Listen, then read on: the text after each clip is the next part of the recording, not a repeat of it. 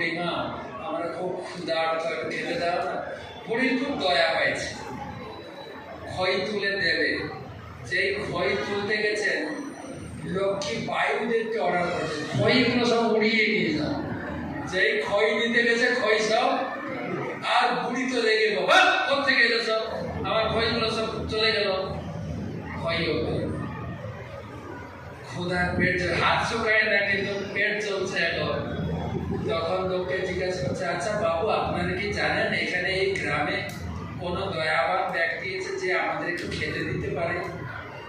তখন লোক ওই গ্রামে যাও, চন্ডালের গ্রাম, ওখানে গেলে ওখানে ওই ব্যক্তি আছে, খুব ভালো খাওয়া। তখন বলরাম বলছে চলো। জগন্নাথ বলছে চন্ডালের গ্রাম যাবে কি করে? খিদা লেগেছে চন্ডাল, চলো। চন্ডালের বাড়িতে গেছে,